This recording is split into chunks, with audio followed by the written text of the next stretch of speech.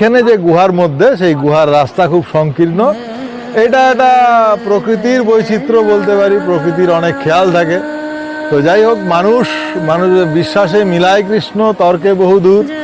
তো আমরা সেই তর্কে যেতে চাই না, মানুষের বিশ্বাস এবং ভক্তি সেটাই এখানে প্রাধান্য। যার জন্য আজকে এইখানে এটা কিন্তু ভুটান গভর্নমেন্টের মধ্যে, অর্থাৎ ভুটান সরকার সেটাকে মান্যতা দিয়েছে। ভারতবর্ষের যারা মানুষ, তাদের ধর্মীয় বিশ্বাস, তাদেরকে শ্রদ্ধা বা মান্যতা দিয়ে তারাও এখানে সার্ভিস দিচ্ছে। এবং এইখানে যেটা হয়, এই যে সময়টা খুললো, এটা মোটামুটি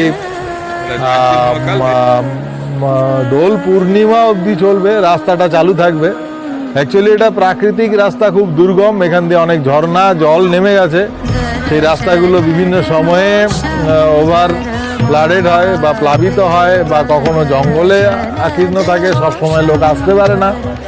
তো এই সময়টা অর্থাৎ সরস্বতী পুজোর পর থেকে এই দোল পূর্ণিমা অবধি এই রাস্তা খোলা থাকে এবং ভক্তপ্রাণ বাঙালি বা ভারতবর্ষের বিভিন্ন জায়গার থেকে মানুষ এখানে আসে, শিব মহিমার কীর্তন করে, শিবের কাছে তাদের ভক্তি অর্পণ করে, তাদের মনের আকাঙ্ক্ষা বলে এবং সেখানে এসে তারা এই পুজো, আপনারা দেখতেই পাচ্ছেন দৃশ্য, এই ছোট মহাকাল, সে অদ্ভুত দৃশ্য।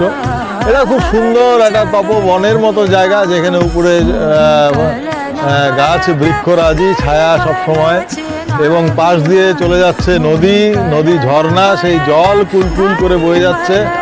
সব কিছু মিলিয়ে এটা একটা দর্শন স্থান, একটা ধর্মস্থান, এটা যারা নতুন। আপনি কোথা থেকে এসছেন? আলিপুরদুয়ার। আপনার নাম? ভজন বিশ্বাস। মানে এবার কি প্রথম? না, এর আগে এসছেন? মানে এই যে এটা তো ছোট মহাকাল, হ্যাঁ। বড় মহাকালে গেছেন এর আগে কখনো? না, আমি যাইনি। আপনি যাননি কখনো? তো এই ছোটটা সেরেই চলে যাচ্ছেন? এতে মানে যে ভিড় যাওয়ার মতো পরিস্থিতি। এতে পূর্ণ কম হবে না? পূর্ণ তো একই।